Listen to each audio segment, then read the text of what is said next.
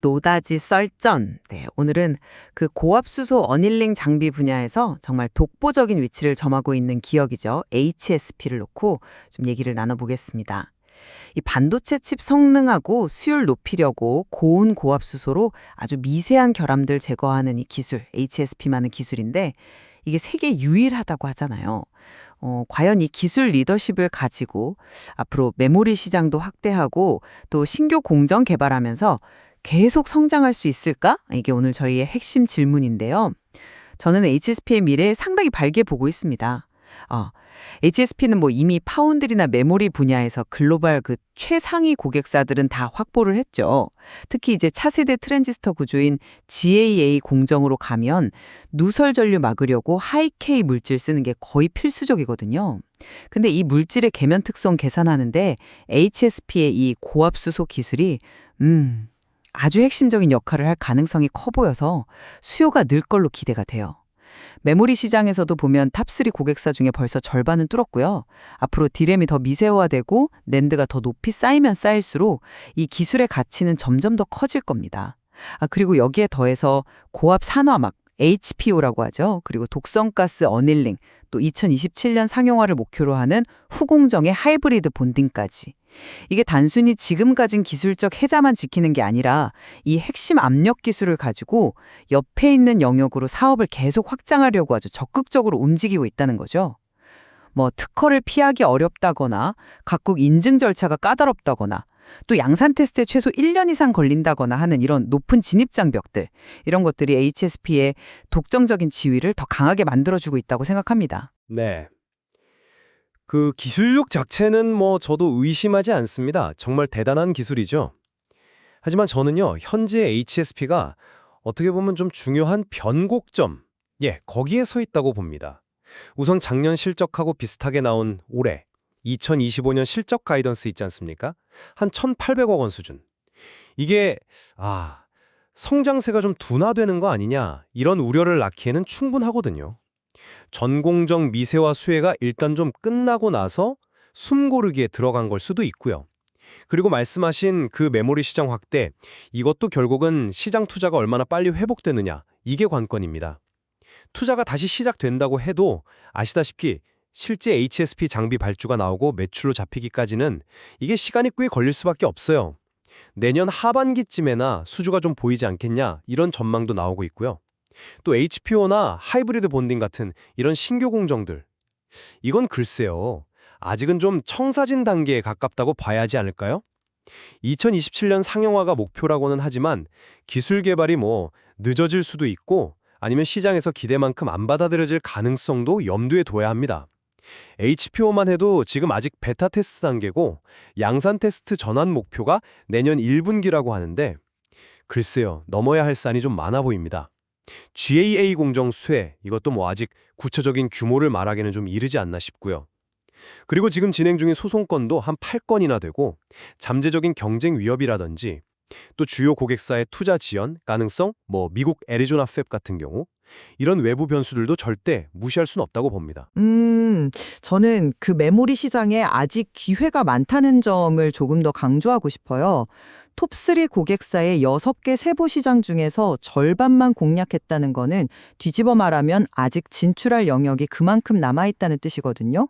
디램이 점점 더 미세화되고 낸드가 계속 고단화될수록 이 결함 제어는 훨씬 더 중요해질 거고, 그러면 당연히 HSP 기술의 필요성은 더 커질 수밖에 없죠. 이건 지금 파운드리 중심의 매출 구조를 다변화할 수 있는 아주 좋은 기회가 될 수 있다고 생각합니다. 물론 뭐 미개척 분야가 있다는 점은 긍정적이죠. 네. 근데 그 시장 진입을 가로막는 어떤 구체적인 기술적 장벽이라든가 아니면 고객사 쪽에 다른 이슈는 없다고 보시는 건가요?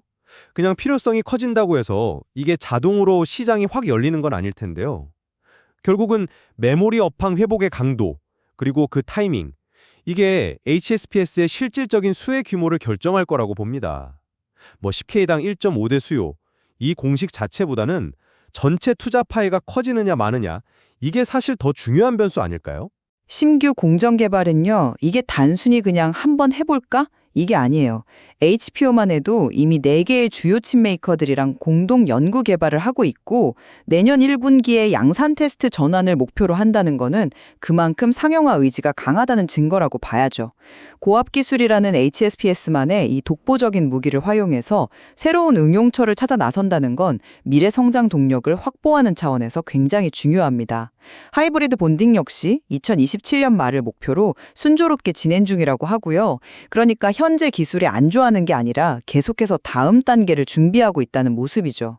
그 의지는 저도 높이 삽니다. 하지만 결국 상용화까지는 최소 2년, 3년의 시간하고 또 불확실성이 남아있다는 거는 이거는 뭐 팩트죠. 특히 HSPSP한테는 좀 생소할 수 있는 후공정 분야인 하이브리드 본딩은 이건 완전히 새로운 도전 과제입니다.